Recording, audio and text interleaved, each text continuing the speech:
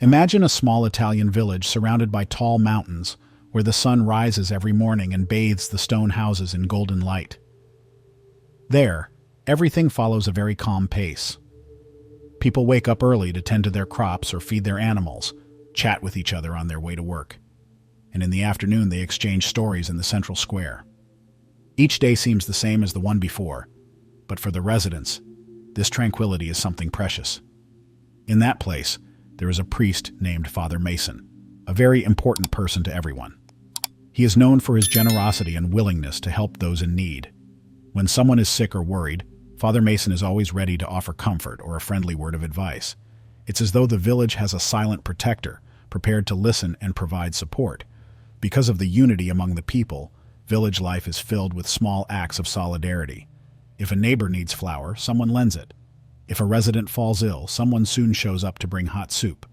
Children play in the streets without fear, and the elderly pass down their knowledge from generation to generation, ensuring that everyone feels part of one big family. It is in this atmosphere of cooperation and peace that each morning begins and each night ends. The mountains seem to embrace the village, protecting and preserving its simple yet harmonious routine. And in this simplicity, the inhabitants find joy and security, with Father Mason as a spiritual guide who, even in the calm, makes all the difference in keeping the spirit of unity alive among everyone. Father Mason is a man of quiet gestures and a serene gaze. From an early age, he felt a special calling to care for the people around him. Because of that, he became a priest in the small Italian village, where he found his true purpose: to be close to the residents, guide them in difficult times, and celebrate each family's joys. The church where he works and prays is an old construction, made of stones that seem to tell stories of many centuries. Each wall, each pillar holds memories of weddings, baptisms, and moments when the whole village gathered in prayer. Father Mason likes to walk through the corridors in silence, sensing the peace that this sacred place conveys. For him, there is nothing more important than seeing how faith unites the residents and strengthens the bonds of friendship among them. Even with all the responsibility he bears, Father Mason is a humble man. He does not become vain because of the respect he receives, nor does he distance himself from those who are most humble. When someone needs help, whether it's to solve a personal problem or just to unburden their heart, he is always willing to listen, advise, and offer a word of comfort. He believes that his mission is to show the kind side of life, reminding everyone that solidarity and compassion can transform difficult situations into opportunities for growth. In this daily dedication, Father Mason feels completely fulfilled. He sees the trust the villagers place in him reflected in their faces, and in return, he offers his heart, filled with devotion and empathy. This exchange makes life in the village flow harmoniously and warmly, as if each resident knew that, in any time of need, they can count on the sincere care of the priest who embraced the mission of serving God and the people he so deeply loves. At the end of an afternoon that seemed like all the others, the sun was already hiding behind the mountains, enveloping the village in a gentle light. Father Mason was finishing his tasks in the church, preparing to close the doors and head home when he heard a sound unlike anything he usually heard there, a long, distant howl. At first he thought it might just be the wind among the trees, but the howl repeated itself, this time a bit closer, like a mysterious call. Intrigued, Father Mason stopped what he was doing and lifted his head toward the mountains, feeling a chill run through his body. Something was pulling him outside, as if that sound wanted to convey a message that only he could understand. Even without knowing why, Father Mason felt he needed to discover the source of that howl. He left the church, walking through the village's quiet streets, where only a few lights had begun to shine in the windows. The cool night air carried a sense of anticipation, as though something important was about to happen. As he walked, the howl sounded again, increasingly clear. With his heart beating faster, Father Mason followed the call, guided by a deep curiosity, and in some way by an inexplicable connection. He didn't know what he would find, but he understood that the peaceful life the village treasured was about to be disturbed by something beyond his comprehension. When Father Mason reached the church entrance, he noticed something unusual. A large gray-furred wolf was standing right in front of the wooden doors. It caught the attention of a few people passing by. Mrs. Parker, who had just left the market, let out a little scream of fright, and Mr. Cooper, coming from the other side of the street, stopped immediately, unsure of what to do. The villagers backed away, afraid of what might happen. After all, it wasn't common to see a wolf so close to the houses. But instead of being afraid, Father Mason remained still and calm, watching the animal. He felt something different about this wolf. Its gaze seemed to reveal more than just a wild instinct. It was as if the wolf was trying to say something, asking for help without being able to use words. For a few seconds, no one moved. The wolf looked around, as if trying to confirm that Father Mason was really paying attention. Then it fixed its eyes on the priest, conveying an intensity that was both unsettling and striking. It seemed urgent, almost like a silent call. Father Mason felt his heart speed up, realizing that this was no ordinary encounter. Something told him to trust this animal and follow its steps, even if he was unsure of what lay ahead. At that moment, as the wolf stood in front of the church, Father Mason felt an uneasiness in his chest, a mix of curiosity and mild fear. After all, it's not every day you come across a wolf at the door of a sacred temple.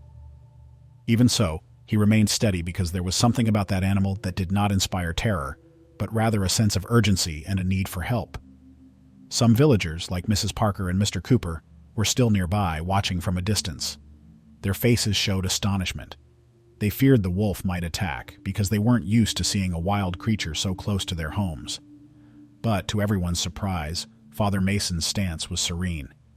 He raised his hands in a gesture of calm and approached the animal with slow steps, never looking away. As soon as Father Mason stood a few meters away, the wolf looked him over, as if sizing him up. Then it turned and began walking out of the village, pausing occasionally to check whether the priest was following. For a moment, the priest hesitated. He was a man of faith, but he also understood the risk of entering the forest at night. He could hear the gentle sound of the wind among the leaves and, in the distance, the ringing of bells announcing the end of the day. Even aware of the dangers, Father Mason felt a profound conviction that he needed to follow the wolf. His faith, always vibrant and present, told him he shouldn't ignore a call for help, whether from a person or an animal. He remembered all the times he had helped families in trouble, sick children, lonely elders. Each act of kindness was part of his mission. So why would it be any different with that creature that in some way also seemed to be crying out for help? With a deep sigh, he gathered his courage and followed the wolf. Behind him, he heard the murmurs of the villagers, frightened and at the same time curious to see what would happen. Some called out to him, asking if he was sure about what he was doing. But Father Mason gestured calmly, indicating that everything would be all right. He knew he had to do it. He felt a call greater than reason itself. With each step toward the woods, the village's light grew fainter. Fortunately, a full moon rose in the sky, casting its silvery glow upon the treetops. It was as if nature itself was guiding him. The forest was dense, filled with pine and ancient oak trees, their twisted branches forming indecipherable shadows. Occasionally, the wind blew, rustling the leaves and creating noises that could easily scare someone less confident. Even so, Father Mason stood firm. His stride was cautious, but resolute. Whenever fear knocked at the door of his heart, he recalled his vocation, to serve and protect his neighbor, whoever that neighbor might be. Devotion chooses neither time nor form. It accompanies him everywhere, including into that forest which, though dark, seemed to hold a mystery he needed to unravel. The wolf remained a few meters ahead, turning its head every so often to check whether Father Mason was still following. It was almost as if the animal was guiding the priest along a very specific path known only to the wolf. At no time, however, did it show aggression or intent to attack. On the contrary, its demeanor conveyed a sense of urgency mixed with trust that the man in the cassock wouldn't abandon it. As the trail led deeper into the darkness, Father Mason began to notice details he had missed before. There were large footprints, likely wolf tracks, marked in the soft earth. Here and there, he heard the rustling of bushes, indicating the presence of other nocturnal creatures that avoided showing themselves. The air was colder and more humid, carrying the fresh scent of moss and damp soil. The priest had no idea how long he had been walking. The pocket watch, his late father's gift, remained tucked away, as he didn't want to miss a moment of this experience. He felt as if he were part of something bigger than himself, like a participant in a story whose ending he could not yet see. Even so, the peace of his faith kept him calm, for he knew everything was happening for a reason. It wasn't mere coincidence that this wolf had sought him out. It wasn't random that with every step he felt a growing urge to continue.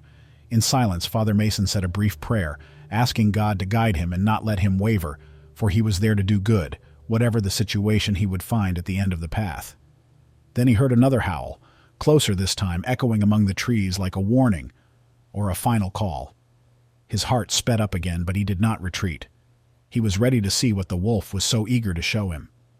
In that moment, he realized that by overcoming fear, he found the strength he needed to help those who truly needed it.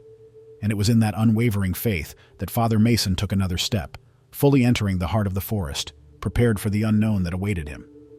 After walking along a winding trail, nearly invisible in the darkness, Father Mason noticed the wolf that had been guiding him suddenly stop.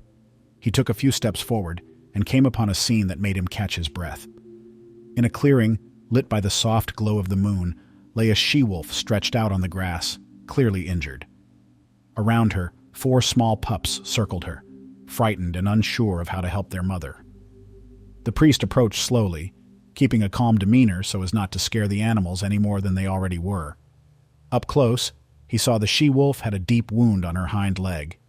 Apparently, she had been caught in a hunting trap, the kind hunters leave in the forest for wild animals. The metal had left bloodstains, and her skin was badly injured. Despite the pain, the she-wolf tried to lift her head upon seeing Father Mason, as if also trying to understand who this man approaching her was. In that moment, the male wolf that had led him there positioned himself beside Father Mason and fixed his gaze on the she-wolf. It became clear that he had brought the priest specifically for this, to save his companion. Without wasting any time, Father Mason knelt by the injured animal, murmuring soothing words to calm both her and the pups. Carefully, he examined the wound to see what he could do right away. He recalled the limited supplies he carried in his bag, some clean scraps of cloth, a small bottle of water, and his faith, which drove him to act compassionately. Although he wasn't a doctor, Father Mason knew he needed to clean the wound and stop the bleeding. He tore off a piece of cloth, dampened it with water, and carefully cleaned the area. While he did so, the she-wolf let out faint whimpers of pain, and the pups huddled closer, frightened. From time to time, the male wolf let out a low growl, not in anger but in worry, since the situation was tense. Yet he never attacked the priest. It seemed he understood that this man was there to help. Within minutes, Father Mason managed to stop most of the bleeding and improvise a bandage around the she-wolf's leg. It wasn't a professional procedure, but it brought immediate relief. More importantly, it demonstrated that there was empathy and care. When he finished, the priest stepped back slightly, allowing the 2 wolves to approach each other. The male wolf gently touched his head to the she-wolf's, and in the way they looked at each other, one could see gratitude and love. Not knowing what the future would hold, Father Mason realized he was witnessing something much greater than a mere coincidence. The male wolf had trusted him to rescue his family, and now the priest felt responsible for finding a way to keep them safe. Still on his knees, he offered a silent prayer, sensing God's hand at work even in such an unusual situation, far from the routine life of the village. The moon above continued to illuminate the clearing, as if blessing this encounter between man and wolves. With the wounded she-wolf before him, Father Mason quickly put into practice all he knew about first aid, even if it was little. He took some clean pieces of cloth from his bag, and with slightly trembling hands began to make an improvised dressing. First, he cleaned the blood trickling from the wolf's leg using water from a small canteen he always carried. Then he tore the cloth into strips and gently wrapped the wound, creating a kind of bandage to stop the bleeding. While he worked, he noticed the she-wolf trying to remain still despite her obvious pain. Her pups, frightened, came closer to see what the strange man was doing to their mother. Even though they couldn't understand Father Mason's quiet words intended to soothe them, the young wolves seemed to sense his good intentions. There was no aggression in their eyes, just a mix of curiosity and fear. The male wolf, the one who had led the priest, watched everything attentively. His gaze shifted from the she-wolf to Father Mason, as if making sure the rescue was proceeding well. With each turn of cloth around the wounded leg, Father Mason felt a growing emotion. It was as if, in caring for this animal, he was fulfilling his calling to serve not only people, but all of God's creation. There was something very special about that moment, a deep connection the priest had never experienced before. He had always believed in the value of life, preaching love for one's neighbor in his sermons. But now he understood that one's neighbor could have 4 legs, shining eyes, and a heart just as capable of gratitude and trust. When he finally finished tying the bandage, the she-wolf let out a small whimper of relief. Father Mason smiled, relieved to see that at least the bleeding had stopped. He then stepped back slightly, giving the wolf family some space. The male wolf cautiously approached the she-wolf and sniffed the bandage, as if assessing whether it was safe. Then he glanced at the priest in a way Father Mason interpreted as a "thank you." The scene was so moving that the priest felt tears welling up in his eyes. He had never imagined that a simple act of help in the middle of a dark forest could stir such strong emotions. At that moment, he realized that just as he tended to the wounds of his parishioners in the village, he could also extend his compassion to creatures dependent only on their instincts to survive. With his heart lighter, Father Mason prayed a silent prayer, thankful for having been guided to this wolf family. He was convinced it was no accident that he had heard that first howl at the church. And while the moonlight shone down on the clearing, he understood that in essence his mission had always been and always would be the same: to offer care, love, and hope to anyone in need, without distinction. The silence of the night was suddenly broken by barking and voices echoing through the trees. Father Mason, who was still beside the wounded she-wolf and her pups, recognized the sound of hunting dogs. A tightness gripped his chest at the thought that these already vulnerable wolves might be in danger if discovered by the hunters. Instinctively, the male wolf perked up his ears, sensing the imminent threat and letting out a low growl, as if warning the priest that they had to hide quickly. It wasn't uncommon to hear stories of hunters in the region, but Mr. Armstrong was especially feared. Known for his long expeditions into the woods, he led a skilled group in tracking wild animals. With the dog's approach, the male wolf quickly dashed toward a denser section of the forest, and Father Mason understood that was the chance to shelter the injured family before it was too late. Following the wolf, the priest helped the she-wolf walk while the pups trailed closely, frightened, but determined to stay with their mother. After a few minutes, they reached a cave hidden behind moss-covered rocks. It was cold and dark inside, but it offered the protection they needed to remain out of the hunter's reach. Father Mason helped the she-wolf lie down in a drier spot, speaking in a gentle, reassuring tone. He barely had time to sigh in relief when he heard heavy footsteps outside, Mr. Armstrong and his men, shining their flashlights into the cave's entrance. The hunters were surprised to find the priest inside with the wolves. One of them, his face grim, pointed his rifle at the animals. Mr. Armstrong, recognizing Father Mason, pushed down the man's arm and asked sharply why the priest was defending beasts that could threaten the village. Speaking firmly but respectfully, Father Mason explained that these wounded animals had no way to defend themselves or attack, and that as God's creatures they deserved care and compassion. He asked the hunters to step back, assuring them he would take responsibility for the wolves until they could recover. The group of men exchanged uncertain looks, but Mr. Armstrong seemed to consider Father Mason's words for a moment. Even though he didn't fully agree, he knew the priest always acted for the greater good. Reluctantly, he signaled for everyone to lower their weapons. Before leaving, he warned that he would be keeping an eye on the wolves, as he wouldn't accept any threat to the village. Father Mason nodded, grateful for the temporary truce, and stayed in the cave with the animals, determined to protect this wolf family that so desperately needed help. Faced with Father Mason's unshakable calm, Mr. Armstrong and his companions ultimately agreed not to harm the wolves at that moment. Though begrudgingly, Mr. Armstrong put away his rifle, reminding the priest that he was fully responsible if anything went wrong. Father Mason understood the hunter's concern but asked for a vote of confidence, certain that these animals, especially the injured she-wolf, posed no real threat but rather needed assistance. To ensure better care and protection against future encounters with hunters, Father Mason decided it would be safer to bring the wolf family to the village. He knew this would likely cause surprise and resistance, but he believed it was the best option to save the she-wolf. With Mr. Armstrong's consent, the priest and the male wolf guided the injured mother and her pups slowly through the forest to the edge of the village. Quietly, they walked along the stone streets, under the astonished gaze of anyone still awake at that hour. When they finally reached the old barn, used only to store tools and hay, Father Mason gathered a few villagers to explain the situation. Among them were Mrs. Hale and Mr. Donovan, who initially opposed sheltering wolves so close to families and livestock.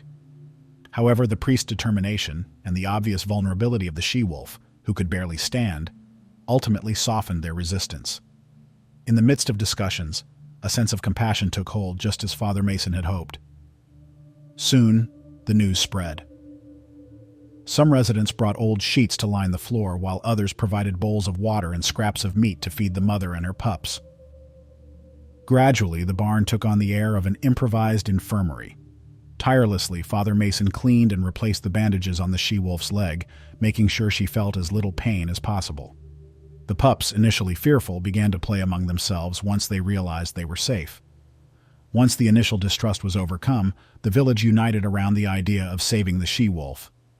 Children were enthralled and asked constantly if they could help or see the pups. Adults commented on the priest's courage and observed how tenderly he spoke of the wolves, reminding everyone that every life is precious, whether human or not. Thus, day by day, the wolf family received not only improvised medicine and food, but also a bit of human warmth, which, in Father Mason's eyes, was the true remedy for healing wounds deeper than those on the she-wolf's leg. As the days went by, the wolves' presence began to change how everyone viewed life in the village. Children, such as little Emily, spent hours watching the pups play in the barn.